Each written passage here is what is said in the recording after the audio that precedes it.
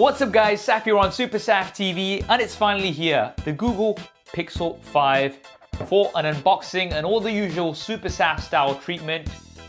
Can you see that? Yes, you can. And as well as that, we have the Google Pixel 4a 5G. So we'll unbox both of these and we'll also have a bit of a look at all of the key differences. Let's get to it. So mine actually came in this box called Help Has Arrived, but I actually took the Pixel 5 out because I wanted to show it on the intro, so you know, I'll have more retention in the video, because otherwise you might just click on the video and think he's not actually got the devices. But anyway, the Google Hyperspeed Helper. So we have the Google Pixel Buds, which I just kind of unboxed there straight away. We also have a Google Pixel 5 case, and then we had the Google Pixel 5 5G, and we have the 4a. Right, we're gonna try to do these at the same time. That was pretty good in sync. Did you see? Yeah, I'm pretty proud of myself. The Pixel 5 does have a very interesting texture on it, which looks really cool. The Pixel 4a 5G looks very much like the Pixel 4a without 5G. That's gonna be so confusing. All right, let's take these out. Quick peek inside the boxes to see what else we get, as well as the devices. So exactly the same stuff. We've got some paperwork, SIM card tool, an 18-watt charger. We've not got crazy fast charging speeds, just an 18-watt charger, USB Type-C to USB Type-C cable, as well as a USB Type-A to USB Type-C converter, which you can kind of use with your old device to transfer everything over. Now, one thing to quickly mention is that the Pixel 5 does have wireless charging. The Pixel 4a 5G does not. Plastic removal time. And the same for the Pixel 5. Now, taking a quick look at both in hand, the Pixel 5 more premium, 100% recycled aluminium enclosure is what Google said, and that got a lot of people confused, thinking, how can you have 100% aluminium and still have wireless charging? Well, it seems like the 100% referred to the recycle part, not the full build. So it kind of seems like we've got an aluminium enclosure with maybe a space for the coils for wireless charging. And then there's this kind of outer shell, which has this really interesting feel. This is the Sorta Sage. Google like to have some funky names. There's also a just black version available for the Pixel 5. The Pixel 4a 5G just comes in this just black, and it has a polycarbonate unibody. Polycarbonate is a fancy name for plastic.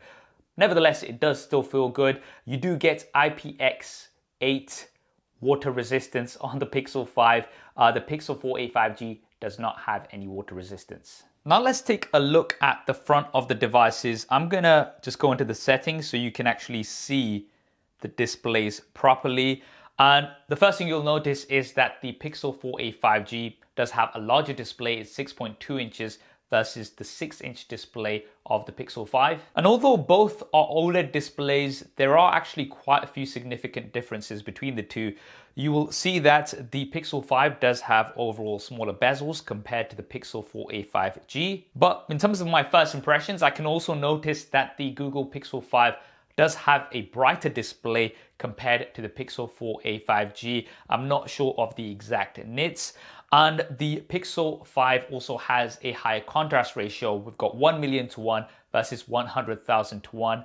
But most importantly, the Pixel 5 does have a 90 Hz refresh rate versus the 60 Hz refresh rate on the Pixel 4a 5G. So overall, you are getting the better display on the Pixel 5 versus the Pixel 4a 5G. Although the 4a 5G does not have a bad display by any means, I'm sure most people will be absolutely fine with it. Now, displays aside, there's a lot that's actually exactly the same between both of these, starting with the cameras. We have the same cameras on both devices, so you're not going to be missing out on any camera features if you go for one or the other. There's an 8 megapixel front-facing selfie camera. And if we look over onto the back, we do have the same rear-facing cameras. So we've got two cameras on each. Primary camera, 12 megapixels with optical image stabilization and dual pixel autofocus. But then we have something which we have been asking for a long time. A 16 megapixel ultra wide camera which has around a 107-degree angle of view. Now you guys, I'm sure, remember quite clearly last year for the Pixel 4 event, Google said that ultra wide cameras are fun, but they feel that telephoto cameras are more useful. And I mean, everybody was like, really? Who told you that? Like, seriously? I mean, personally, I always said, why can't you have both? But if I was to pick one or the other, I would always pick the ultra-wide camera because you can still get good telephoto shots using software.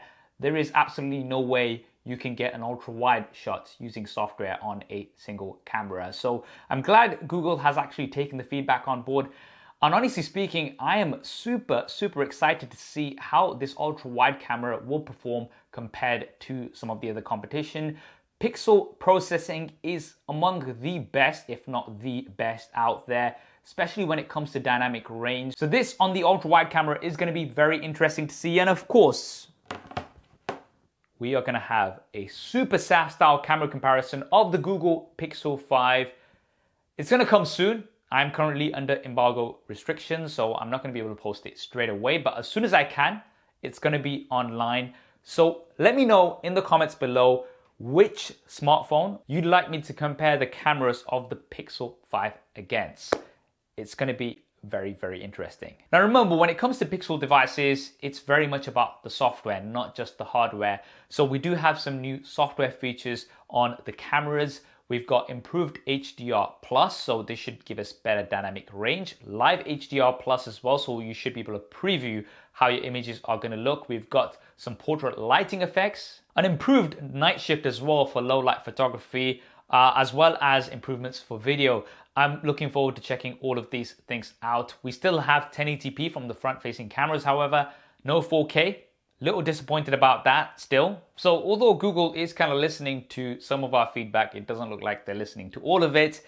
Anyway, inside the hood, we also have a lot of similarities. So both devices are powered by the Qualcomm Snapdragon 765G chipset, which does enable 5G on both devices. The 765G is a very capable chipset, and I think it should be absolutely fine for pretty much most people out there. However, of course, it is not as powerful and as efficient as the 865 or the 865 Plus. Now, both devices do come with 128 gigabytes of storage, and we do get some more RAM on the Pixel 5, 8 gigabytes of RAM versus 6 gigabytes of RAM on the Pixel 4a 5G. So that will give you better multitasking on the Pixel 5, but generally speaking, I think you should be fine with either of these. And the batteries as well, the Pixel 5 actually comes with a bigger battery, even though the Pixel 4a is a large device.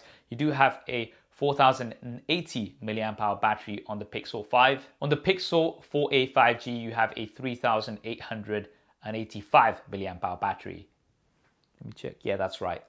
3885. Now, in terms of usage and performance, obviously we're going to have to wait and see, and I'm going to have to use these for an extended period of time.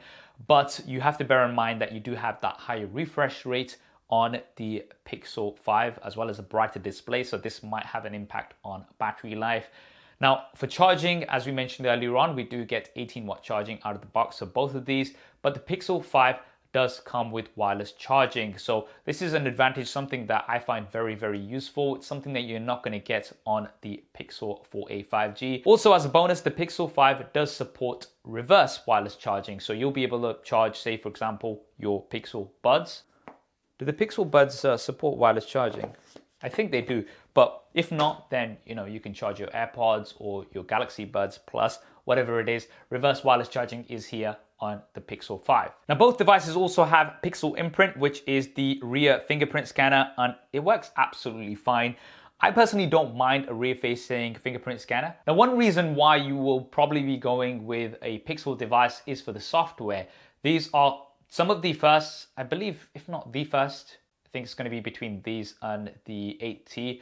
Some of the first, if not the first, devices to come with Android 11 out of the box. So software updates will be coming first to your Pixel device, as we know, and it's also going to mean that you're going to get a very clean Android experience as Google intended. Now we've got stereo speakers on both devices. There is one on the earpiece and one bottom firing. One advantage that you do get on the Pixel 4a 5G is that you do get a 3.5mm headphone jack. This is something that you don't get on the more expensive Pixel 5. Now let's talk about the price, because this is really where I think Google have nailed it, because these are coming in at some very competitive prices.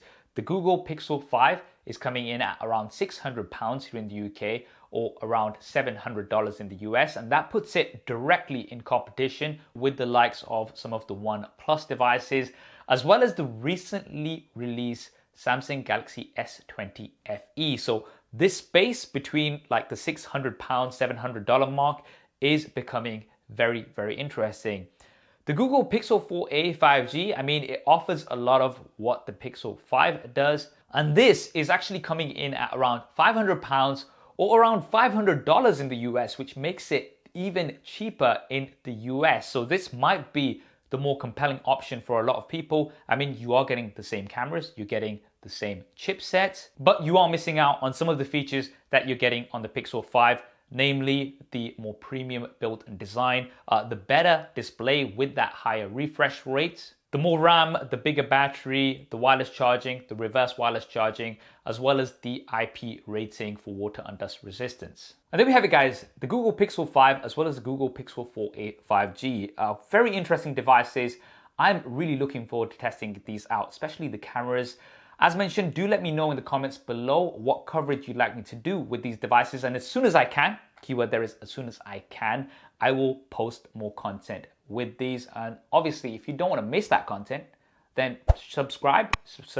I can't even say subscribe properly. Subscribe and hit that bell icon. That way you won't miss any of that coverage, SuperSaf style, as soon as it comes out. I hope you enjoyed this video and found it useful. If you did, then do hit that thumbs up button for me. Thanks for watching. This is Saf on SuperSaf TV. And I'll see you next time. Almost through the phone there, but see ya.